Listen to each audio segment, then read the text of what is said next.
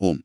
இன்றைக்கு நாங்கள் ஸ்விஸ் ரவி எழுதிய குமிழி நாவலில் இருந்து ஒரு முக்கியமான அத்தியாயத்தை ஆழமாக பார்க்க போகிறோம். இது ஒரு விடுதலை இயக்கத்தின் இந்திய பயிற்சி முகாம் பற்றியது. 83 கலவரத்துக்கு பிறகு யூனிவர்சிட்டி படிப்பை பாதியில விட்டுட்டு போராளியாக முடிவெடுத்த ரகு என்ற ஒரு இளைஞனின் பார்வையில தான் இந்த கதை சொல்லப்படுது. இது ஒரு மிக முக்கியமான ஒரு காலகட்டத்தை பதிவு செய்யுது. எங்கட நோக்கம் என்னண்டா, இந்த முகாமுக்குள்ள நடக்கிற சில சம்பவங்கள், குறிப்பா சிவன், சங்கர், ரகு என்ற 3 பாத்திரங்களுக்கு இடையிலான உறவு, அது எப்படி ஒரு பெரிய சித்திரத்தை காட்டுது என்று பார்க்கிறது தான். சரிதான்.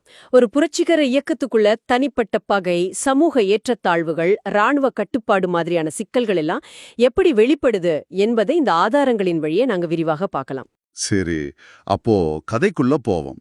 முதல்ல இந்த 3 முக்கிய பாத்திரங்களையும் கொஞ்சம் அறிமுகப்படுத்தினா நல்லமென்று நினைக்கிறேன். சிவன், சங்கர், ரகு, இவங்க யார், என்ன மாதிரி ஆட்கள்? நிச்சயமாக இந்த 3 பேருமே வெவ்வேறு பின்னணியிலிருந்து வந்த ஆட்கள். சிவன் ஒரு சாதாரண உழைப்பாளி. அவனோட பெரிய கனவு, லட்சியம் எல்லாம் அவன் தன் சொந்த உழைப்புல வாங்கின ஒரு ராலி சைக்கிளை பத்தி கதைக்கிறதுல அடங்கியிருக்கு. ஓ, அந்த சைக்கிள் தான் அவனுக்கு எல்லாம். ஓம், அது அவனோட அடையாளம், அவனோட பெருமை. ஆனா சங்கர் அப்படி இல்ல. அவன் படிச்சவன், ஸ்கூல் காலத்துல மாணவ ஒழுங்கு நெறியாளர், அதாவது ப்ரீஃபெக்டா இருந்தவன். அந்த அதிகார தோரணை, அந்த திமிர், அது அவனை விட்டு இன்னும் போகல. அப்போ ரகு, அவன் ஒரு பார்வையாளனாக வாரான் இல்லையா? ஓம், ரகு ஒரு விதத்துல கதை சொல்லி. அவன் யூனிவர்சிட்டி மாணவன், கொஞ்சம் யோசிக்கிறவன், நடக்கிறதையெல்லாம் ஒரு அமைதியோட கவனிச்சு கொண்டிருக்கிறான். அவனோட அனுதாபம் ஆரம்பத்துல இருந்தே சிவன் பக்கம்தான் இருக்கு. இங்கதான் ஒரு முக்கியமான விடயம் இருக்கு. ஒரு பொதுவான இலட்சியத்துக்காக, விடுதலைக்காக ஒன்று சேர்ந்தாலும் அவங்களோட பழைய அடையாளங்களோட தான் வாராங்க. மிகச் சரியா சொன்னீங்க. அந்த அடையாளங்களை மூட்டை கட்டி வச்சுட்டு வரல, அது அவங்களோடைய பயணம் செய்யுது. அது சங்கரின் ஒரு வசனத்திலே நல்லா தெரியுது. அவன் தன்ற சகத்தோழனிட்ட சிவன்ற காதுபடவே, சாப்பாட்டுக்கு வழி இல்லாதவனெல்லாம் இயக்கத்துக்கு வந்துடுறாங்கன்னு சொல்றான். அது ஒரு சாதாரண கிண்டல் மாதிரி தெரியலாம், ஆனா அதுக்குள்ள இருக்கிற தாக்கம் மிக ஆழமானது. உண்மைதான். அந்த ஒரு வரி அந்த இயக்கத்தின் அடிப்படை கொள்கையான சோசியலிசத்துக்கும் தனிப்பட்ட மனுஷங்களோட மனசுல ஆழமா இருக்கிற அந்த வர்க்க பேதத்துக்கும் இடையிலான பெரிய முரண்பாட்டை வெளிச்சம் போட்டு காட்டுது. அந்த வார்த்தை சிவனை காயப்படுத்துது. ஆனா அவன் அப்போதைக்கு அதை மனசுக்குள்ள புதைச்சு வைக்கிறான். இதுதான் முதல் பொறி. ஓம், அங்கதான் அந்த பிரச்சனைக்கான முதல் விதை தூவப்படுது. அந்த விதை அதோட நிக்கல, அது பெரிய மரமா வளருது. அடுத்தடுத்த சம்பவங்கள் நிலைமையை இன்னும் மோசமாக்குது தானே? ஆமாம். ஒரு நாள் சிவனோட சாப்பாட்டு தட்டை காணாம போகுது. அதே நேரம் சங்கரையும் காணல. இது ஒரு தற்செயலான நிகழ்வு மாதிரி தெரியல. இல்ல, அது ஒரு திட்டமிட்ட செயல் மாதிரி தான் இருக்கு. அப்பதான் பொறுப்பாளர் பாண்டி வரார். அவர் விசாரிக்கும் போது சங்கர் தனக்கு எதுவும் தெரியாது என்று சாதிக்கிறான். ஆனா பாண்டி அவங்களோட கொட்டிலின் கூரைக்குள்ள மறைச்சு வச்சிருந்த அந்த தட்டை கண்டுபிடிச்சிடுறார். அது சிவனுடையது என்று தெரிஞ்ச பிறகும் சங்கர் ஒத்துக்கொள்ள இல்லையே. இல்ல, பாண்டி 2 பேரையும் எச்சரிச்சு போட்டு போறாரு. இது வெறும் தட்டு பிரச்சனை இல்ல, இது ஒரு ஆதிக்கத்தை நிலைநிறுத்துற முயற்சி. ஆமா, அடுத்த கட்டம் இன்னும் பயங்கரமா இருக்கு. சில நாளுக்கு பிறகு பயிற்சிக்கு பாவிக்கிற சவுக்கு கொட்டனையில, அதாவது சிவன்ற ஆயுதத்துல 4 கீறி இருக்கு. அது ஒரு நேரடியான அப்பட்டமான சாதிய குறியீடு. அது வரைக்கும் மனசுக்குள்ள இருந்த கோபம், அவமானம் எல்லாம் அப்போ சிவன்ற மனசுல வெடிக்குது. அந்த நேரத்துல அவன் ஒரு போராளி இல்ல, அவன் சாதியால இழிவுபடுத்தப்பட்ட ஒரு மனுஷன். ஆத்திரத்துல அவன் சங்கர காலால ஓங்கி உதைக்கிறான். இங்கதான் இந்த அத்தியாயத்தின் மிக முக்கியமான பகுதி வருகுது. சத்தம் கேட்டு ஓடி வர பொறுப்பாளர் பாண்டி. அவர் என்ன நடந்தது, ஏன் இந்த வன்முறை என்று கேட்காம இராணுவ ஒழுக்கத்தை முன்னிறுத்துறார். சக தோழன் மீது வன்முறை நிகழ்த்துவது தவறு, ஒபே தி ஆர்டர். இதுதான் அவரோட வார்த்தையா இருக்கு. அப்ப பாண்டியன் பார்வையில சங்கர் செய்த அந்த மனரீதியான சாதிய ரீதியான வன்முறையை விட சிவன் செய்த அந்த அடிதான் பெரிய குற்றமா தெரியுதா? இதுதான் அந்த இராணுவ கட்டமைப்புன்ற சிக்கலே.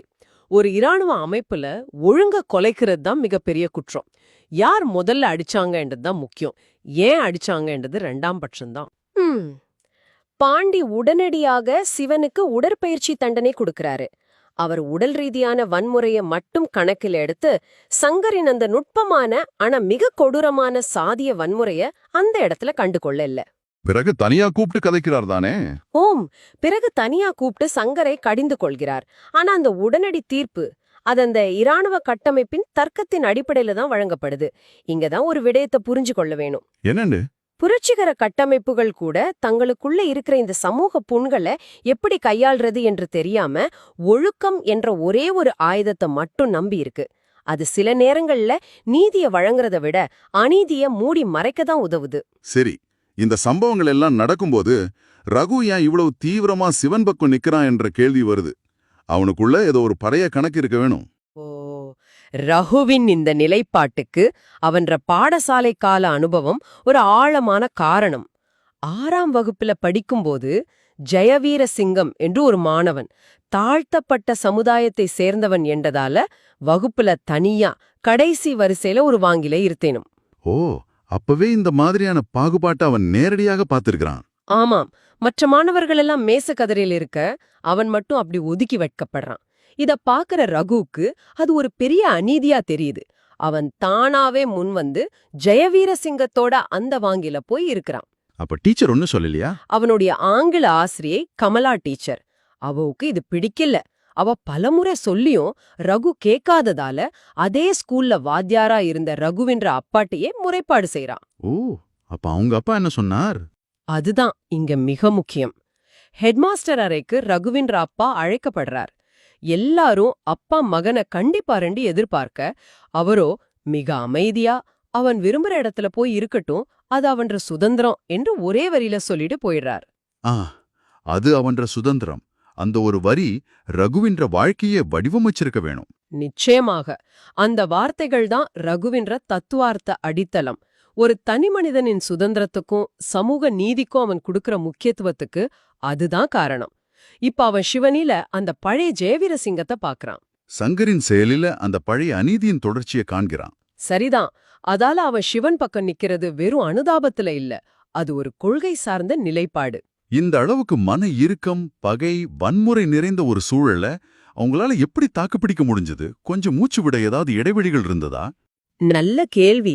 அந்த இறுக்கமான சூழலுக்கு மத்தியிலையும் மனித இயல்பு தனக்கான சின்ன சின்ன சந்தோஷங்களை கண்டுபிடிக்குது. உதாரணமா, ஒரு சனிக்கிழமை மாலை முகாமுற்றத்துல ஒரு சின்ன டிவில வீரபாண்டிய கட்டபொம்மன் படம் காட்டுறாங்க. ஒரு முழு நீள திரைப்படம் என்றது அந்த சூழல்ல ஒரு பெரிய விஷயம். ஓம். ஆனா இங்க இருக்கிற முரண்பாட்டை பாருங்க. நாள் முழுக்க கடுமையான பயிற்சியில களைச்சு போன பலருக்கு சிவாஜி கணேசன் என்ற வீர வசனங்கள் தாலாட்டு மாதிரி தான் இருக்கு. அப்படியா? ஓம். ரகுவே தலைய குனிஞ்சு குனிஞ்சு தூக்கத்தோட போராடிதான் படத்தை பாக்குறான். அவங்கெல்லாம் இளம் பொடிகள் தானே. அவங்களுக்கு திரையில வார கதாநாயகிகளை பாக்குறது கூட ஒரு பெரிய ஆறுதல். வெளியுலகத்தோடு இருந்த ஒரே தொடர்பு அதுதான். பொழுதுபோக்கு ஒரு பக்கம் இருந்தாலும் அந்த பயிற்சியின் கடுமை என்பது வேற லெவல்ல இருந்திருக்கு. குறிப்பா அந்த உசார்படுத்துற பல்லவி என்று சொல்லப்படுற அலர்ட் பயிற்சி, அது என்ன? அதுதான் அந்த முகாம் என்ற உச்சக்கட்ட ராணுவ ஒழுக்க பயிற்சி. நடுராத்திரியில எந்த நேரத்திலயும் ஒரு விசில் சத்தம் கேட்கும். அந்த சத்தம் கேட்ட அடுத்த கணமே எல்லாரும் முழுமையான சீருடை சப்பாத்து போட்டு தங்களோட ஆயுதங்களோட எழுந்து பதுங்கு குழிக்குள்ள பாய வேணும். ஓம். தங்களுக்கு ஒதுக்கப்பட்ட பதுங்கு குழிக்குள்ள பாய்ந்து நிலை எடுத்திருக்க வேணும். இது எல்லாம் முழு இருட்டுல நடக்கணும். கேட்கவே பதற்றமா இருக்கு. இதுல தப்பவே முடியாதா? அங்கதான் மனுஷனோட புத்திசாலித்தனம் வெளிப்படுது. அந்த அமைப்பென்ற கடுமையான விதிகள்ல இருந்து தப்பிக்கிறதுக்கான வழிகளை அவங்களே கண்டுபிடிக்கிறாங்க. ரகுவும் அவன்ற நண்பர்களும் சில தந்திரங்களை கையாள்றாங்க. என்ன மாதிரி? படுக்கைக்கு போகைக்கையே கார்ச்சட்டைக்கு உள்ள உள்ளாடைய செட் பண்ணி தலைமாட்டுல வைக்கிறது. விசில் ஊதுனதும் படுத்தவாறே கார்ச்சட்டைய மாட்டி போட்டு சப்பாத்தியும் சவுக்கு கொட்டனையும் கையில எடுத்துக்கொண்டு பதுங்கு குழிக்குள்ள ஓடிடுறது. பிறகு இருட்டுக்குள்ள போய் மெதுவா ஷூலேஸ கட்டுறது. சரிதான். இது ஒரு சுவாரஸ்யமான முரண்பாடு இல்லையா? ஒரு பக்கம் ஒரு பெரிய இலட்சியத்துக்காக உயிரை கொடுக்க தயாரா இருக்கிறாங்க. இன்னொரு பக்கம் ஒரு நடுராத்திரி பயிற்சியின் தண்டனையிலிருந்து தப்பிக்க இப்படியான சின்ன சின்ன தந்திரங்களை செய்றாங்க. இதுதான் அவங்களோட மனித பக்கத்தை காட்டுது. ஓ, அவங்கள் கொள்கைகளால இயங்குற இயந்திரங்கள் இல்ல. அவங்களுக்கும் வலி, களைப்பு, எரிச்சல், தப்பிக்கிற ஆசையெல்லாம் இருக்கு. அந்த கடுமையான சூழ்நிலையும் ஒரு நகைச்சுவை உணர்வும் இருந்திருக்கு. ஆக இந்த ஒரு அத்தியாயத்தினூடாக ஒரு பயிற்சி முகாமுக்குள்ள இருந்த தனிப்பட்ட பகை, சமூக ஏற்றத்தாழ்வு, இராணுவ கட்டுப்பாடு, தனிமனித சுதந்திரம் என்ற பல அடுக்குகளை நாங்க பார்க்கறோம். இந்த கதை எப்படி முடியுது? சங்கருக்கு என்ன நடந்தது? அங்கதான் இந்த கதை இன்னும் சிக்கலாகுது. சங்கர் செய்த குற்றத்துக்கு தண்டனையா அவனை உயர் பயிற்சிக்கு தெரிவு செய்து வேறொரு முகாமுக்கு மாத்துறாங்க. என்னது? அது எப்படி தண்டனையாகும்? அது ஒரு பதவி உயர்வு மாதிரி இல்லையா இருக்கு? அதுதான் அந்த அமைப்பின்ற தந்திரம். பொதுவாக ஒரு பிளட்டூன்ல இருந்து சிறந்த ஆட்களை தான் தெரிவு செய்யறது வழக்கம். ஆனா இங்க பிரச்சனைக்குரியவனா இருந்த சங்கர் தெரிவு செய்யப்படுறான். அப்போ இது தண்டனையா இல்ல அவனை அப்படியே அந்த சூழல்ல இருந்து அப்புறப்படுத்துற செயலா? அது தெளிவா சொல்லப்படல. ஒருவேளை அவனை கையாள்றது கடினம் என்று நினைச்சு அவன் அங்கிருந்து அகற்றுறதுதான் சுலபமான வழி என்று பாண்டிக்கு தோணியிருக்கலாம். அப்படியானால் சிவனுக்கு உண்மையான நீதி கிடைக்கவே இல்லையா? கிடைக்கவில்லை. அவனுக்குள்ள இருந்த போராளி செத்து போய் அவன் பழைய நிலைக்கு திரும்புறான். அவன் ரகுவிட்ட என்ற சைக்கிளை கொண்டு போய் தம்பிகிட்ட கொடுத்திருப்பாங்க தானே என்று ஒரு சின்ன பிள்ளை மாதிரி கேக்குறான். அவன் உலகம் சுருங்கி திரும்பவும் அந்த சைக்கிளுக்குள்ள போயிடுது. இது ஒரு முக்கியமான விடயத்தை சொல்லுது.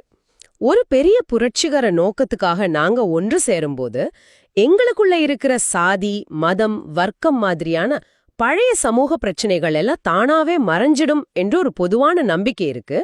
ஆனா இந்த ஆதாரம் அது உண்மை இல்லை என்று சொல்லுது. ஓம், இந்த பிரச்சனைகள் மறைவதில்லை. அவை புதிய வடிவங்களில புதிய சூழல்கள்லையும் எங்களை தொடர்ந்து கொண்டேதான் இருக்கு. அந்த புரட்சிகர கட்டமைப்பு கூட சில நேரங்களில இந்த பிரச்சனைகளை எப்படி நேர்மையா கையாள்றது என்று தெரியாம இராணுவ ஒழுக்கம், இடமாற்றம் மாதிரியான மேலோட்டமான தீர்வுகளை மட்டும்தான் பாவிக்குது. அப்படியானால் இந்த கலந்துரையாடலின் இறுதியில இத கேட்டுக்கொண்டிருக்கிற உங்களுக்காக ஒரு கேள்வியை விட்டு செல்ல விரும்புகிறோம். ஒரு கடுமையான ஒழுக்கமும் ஒரு பொதுவான உயர்ந்த இலட்சியமும் ஒரு மனுஷனென்ற மனசுல ஆழமா ஊறியிருக்கிற சமூக பேதங்களையும் அவனுடைய அடிப்படை குணாதிசயங்களையும் உண்மையிலேயே மாத்திட முடியுமா?